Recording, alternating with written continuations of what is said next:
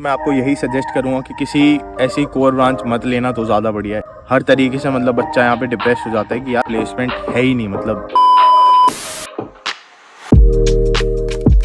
So hi everyone, welcome back to a new video. आज की video में हम लोग बात करने वाले हैं कोर सेक्टर के बारे में। तो अब तक आपने काफ़ी सारी चीज़ें सुनी होंगी कोर सेक्टर्स के बारे में कि भाई जो कोर के इंजीनियर्स होते हैं उनकी नौकरी नहीं लगती। मैकेनिकल ले लो, सिविल ले लो, इलेक्ट्रिकल ले लो, भाई अंत में आके आपको कोडिंग ही करनी पड़ेगी। तो कोडिंग के पीछे का क्या है सच, और आप लोग अगर किसी कोर ब्रांच में जाते हो तो किस तरीके से आपको क्या करना चाहिए जिससे आप एक अच्छी डिसेंट प्लेसमेंट ले पाओ, आज की वीडियो में इन डेप्थ जानेंगे सारी चीजें। तो वीडियो को एंड तक जरूर देखें। अब कोर के अंदर की ब्रांचेस तो आपको पता ही होगी, इलेक्ट्रिकल हो गई, सिविल हो गई, मैकेनिकल हो गई। हॉर्न क्यों बजा रहे हो कैमरामैन, कोई बात नहीं। इलेक्ट्रिकल, सिविल, मैकेनिकल, ये सारी आपकी कोर की ब्रांचेस आ जाती हैं जिसमें आपको बेसिकली कोर की सारी चीजें पढ़ाई जाती हैं। बट अगर आप लोग सोच रहे हो कि भाई कोर में भी जाके हम इन डेप्थ जाना चाहते हैं, इसके अंदर नौकरी लेना चाहते हैं कोर में, तो पर्सनली मैंने कभी इंटर्नशिप करी है कोर सेक्टर में, और एक PSU है नाम लूँ तो इंडियन ऑयल में अभी इंटर्नशिप करके आया हूँ मैं।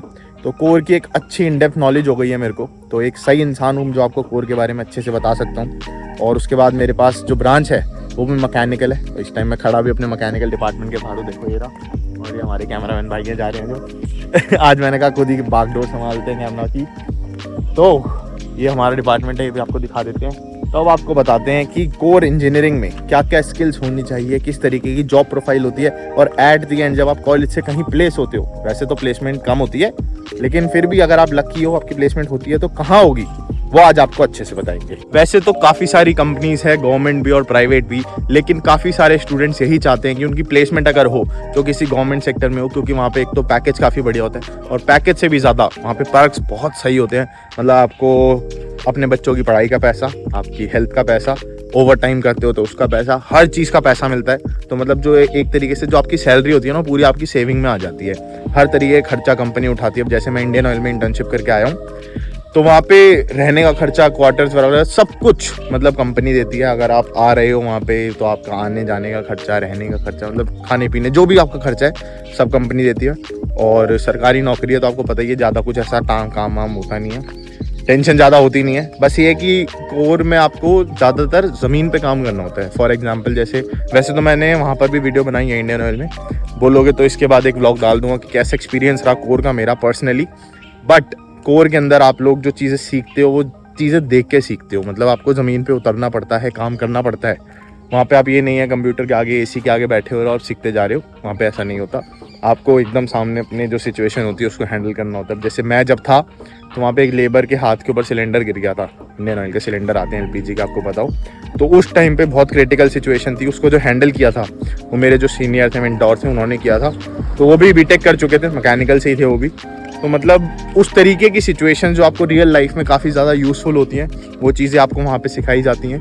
बाकी अगर आप कॉलेज से ही चाहते हो कि किसी ऐसी कंपनी में जाना, तो देखो पहला ऑप्शन तो होता है आप लोगों के लिए गेट। आप लोग गेट के एग्ज़ाम दे देते हो तो गेट आप लोगों के जीवन में सुनहरे अलग अलग गेट खोल देता है, जहाँ पे आप अलग अलग कंपनीज में जा सकते हो, IIT से MTech कर सकते हो।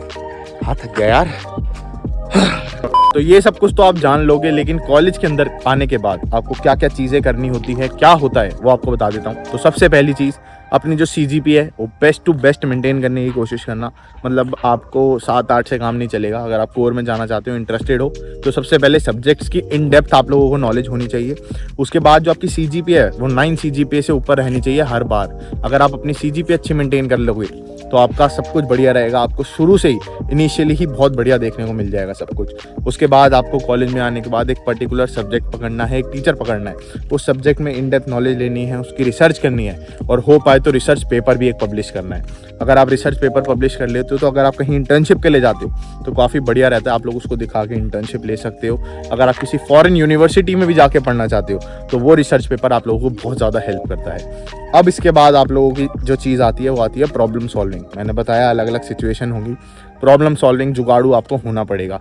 बाकी कॉस्ट एफिशिएंसी आप लोगों को आनी चाहिए। जैसे आपकी कंपनी है तो वहाँ पे कोई काम 10 मिनट में हो रहा है और 10 रुपये में हो रहा है, तो आपको वो काम 9 मिनट में करना है और 8 रुपये में करने की कोशिश करनी है। आई होप आप थोड़ा थोड़ा समझ पा रहे हो कि मैं क्या कहना चाह रहा हूँ। कॉस्ट एफिशिएंसी पे ध्यान देना आपको, चाहे वो बहुत छोटी सी हो, लेकिन बड़ी बड़ी कंपनीज में बहुत छोटी छोटी चीज़ें ही बहुत ज़्यादा कॉस्ट एफिशिएंसी बना देती है, बढ़ा देती है। तो आपको उस पर बहुत ज़्यादा ध्यान देना है। देखो पैकेजेस जो रहते हैं इस कोर के अंदर, वो इनिशियली अगर आप कॉलेज से लेते हैं, किसी PSU में नहीं जाते, तो आपके रहते हैं 6-7-8 लाख रुपए मैक्सिमम बता रहा हूँ वो भी। लेकिन अगर आप वहीं किसी अच्छे गवर्नमेंट सेक्टर में जाते हो, PSU में जाना चाहते हो, तो आपके पैकेजेस बहुत बढ़िया रहते हैं। जैसे इंडियन ऑयल में 18 लाख रुपए ज्वाइनिंग पैकेज है जस्ट आफ्टर योर BTech, तो काफ़ी बढ़िया चीज़ है वो। और आप लोग अगर कॉलेज में कोर के अंदर और करना चाहते हो कुछ, तो आप लोग कॉलेज के अंदर जो मशीनरीज हैं उनके बारे में अच्छे से सीख सकते हो। कौन सी मशीनरी किस तरीके से काम कर रही है, उसमें क्या ऐसी चीज़ आपको इंटीग्रेट करनी चाहिए जिससे वो और ज़्यादा एफिशिएंसी के साथ और बढ़िया काम कर पाए। वैसे तो अगर आप किसी प्राइवेट कॉलेज में हो तो मैं आपको यही सजेस्ट करूँगा कि किसी ऐसी कोर ब्रांच मत लेना तो ज़्यादा बढ़िया है, क्योंकि देखो प्लेसमेंट है ही नहीं, मतलब मैं अगर DTU में हूँ, DTU काफ़ी अच्छा रिनाउंड कॉलेज है। यहाँ पे IIT के बाद जो सबसे अच्छा माना जाता है मैकेनिकल इंजीनियरिंग को DTU को माना जाता है। और यहाँ पर भी मतलब बहुत कम है कोर की प्लेसमेंट्स, और हैं तो उनका पैकेज बहुत कम है, तो इसलिए ये Tier 1 कॉलेज है, यहाँ पे ऐसा हाल है। तो Tier 2 और Tier 3 में तो आप सोच ही सकते हो कितना बुरा हाल होगा। हर तरीके से मतलब बच्चा यहाँ पे डिप्रेस हो जाता है कि यार इतना अच्छा रैंक लाया, इतना सब कुछ किया, इतने अच्छे कॉलेज में हूँ, तो भी मैं 6-7-8 लाख रुपए ले पा रहा हूँ, तो इसका तो कुछ फ़ायदा ही नहीं है जब मेरी 9 लाख रुपए फीस है। तो इसीलिए बच्चे कोर को छोड़ के नॉन टेक और टेक की तरफ जाना चाहते हैं। तो अगर आप वो हो जो नॉन टेक के बारे में जानना चाहते हो, तो उसके बारे में भी एक डेडिकेटेड मैंने वीडियो बनाई हुई है, आप लोग चाहो तो उसको देख सकते हो, सारी नॉलेज उसमें मैंने दी हुई है। बाकी कोर में ही इंटरेस्टेड हो, जैसे मैं जब कॉलेज में आया था तो कोर के अंदर बहुत ज़्यादा इंटरेस्टेड था, ये था कि भाई कॉलेज जाऊँगा, गाड़ी बनाऊँगा, पूरी फील आ जाएगी, लेकिन ऐसा नहीं हुआ। बहुत बड़े बड़े सपने लेके आया था, सपने पूरे कर रहा हूँ, लेकिन यार उस पाथ को मैंने छोड़ दिया अभी फ़िलहाल के लिए, तो क्योंकि वहाँ पे ना एक फ्यूचरिस्टिक चीज़ें नहीं दिख रही हैं। बट अगर आपको दिखती हैं, अगर आप करना चाहते हो, तो देखो ऐसा नहीं है चीज़ें कम है, दुनिया में बहुत सारी है, हर कोई हर चीज़ से बहुत ज़्यादा पैसे कमा सकता है, सक्सेसफुल हो सकता है। तो अगर आप जाना चाहते हो तो इंडिया के बाहर बहुत ज़्यादा स्कोप है, MS कर लो, MTech कर लो, बहुत सारे ऑप्शंस हैं जो आप करके बहुत बढ़िया बन सकते हो, अपनी लाइफ में बहुत कुछ अच्छा अचीव कर सकते हो। रही बात इंडिया में आपको अगर कोर सेक्टर के अंदर जाना है, उसके अंदर चीज़ें अचीव करनी है, तो देखो आप लोग बहुत इनिशियली आपको बहुत छोटे पैकेज से शुरू करना पड़ेगा, बट यस विद एक्सपीरियंस आप लोग चीज़ें अपने आप ग्रो करते जाओगे, आपका पैकेज भी इंक्रीज़ होगा, एक्सपीरियंस भी इंक्रीज़ होगा, और वहीं आपकी पोस्ट भी इंक्रीज़ होती रहेगी। और आप इसमें अगर कंपनीज भी स्विच करोगे तो आपको थोड़ा बहुत फ़ायदा देखने को मिल सकता है। But most of the students इसमें गवर्नमेंट सेक्टर में जाना चाहते हैं, PSU में जाना चाहते हैं, तो उसके लिए ज़्यादा ध्यान देना। अगर आपके कॉलेज में कोई PSU आती है तो भाई उसके लिए एलिजिबल हो जाना, बैक नहीं होनी चाहिए आपकी CGP अच्छी होनी चाहिए, आपको अपने सब्जेक्ट की इन डेप्थ बहुत बढ़िया नॉलेज होनी चाहिए। ये सारी चीज़ें अगर आपके अंदर है तो आप कॉलेज से ही एक अच्छी प्लेसमेंट ले जाओगे। नहीं तो उसके बाद गेट का एग्ज़ाम आप सबके लिए खुला हुआ है, सारे कोर की ब्रांचेज वाले बहुत सारे बच्चे होते हैं जो कोर में जाना चाहते हैं, वो गेट का एग्ज़ाम देते हैं और उसके बाद वो लोग एक अच्छी प्लेसमेंट ले लेते हैं। अब आप लोगों को एक बार ही वीडियो का समअप दे देता हूँ कि कोर सेक्टर में जाना चाहते हो तो क्या क्या होना चाहिए। तो सबसे पहले फर्स्ट ईयर से आते ही एक बढ़िया सी CGPA होनी चाहिए आपकी, जो आने वाले 6-7-8 सेमेस्टर में 9 तक तो कम से कम रहनी चाहिए। उसके बाद सब्जेक्ट्स की इन डेप्थ आप लोगों को नॉलेज होनी चाहिए। उसके बाद एक टीचर के साथ रिसर्च पेपर आप लोगों को पब्लिश करने की पूरी कोशिश करनी है। उसके बाद आप लोगों को एक इंटर्नशिप करनी है किसी कोर सेक्टर में अच्छी सी, वो देखो अनपेड होगी बट आपको सीखने को बहुत कुछ मिलेगा। और मैं तो कहूँगा एक 2nd ईयर में कर लो, एक 3rd ईयर में कर लो।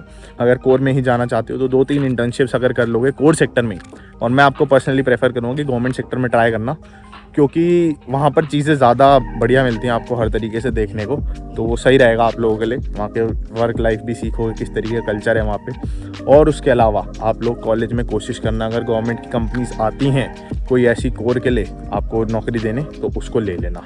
बस यही थी आज की वीडियो। आई होप आपको वीडियो बहुत ज़्यादा पसंद आई होगी, अच्छी लगी होगी। अगर वीडियो पसंद आई हो तो लाइक कर देना। बाकी आप लोग अगर किसी और चीज़ के बारे में अच्छे से इन डेप्थ नॉलेज जानना चाहते हो तो कमेंट सेक्शन में ज़रूर बता देना। बाकी चैनल को सब्सक्राइब करना बिल्कुल मत भूलना।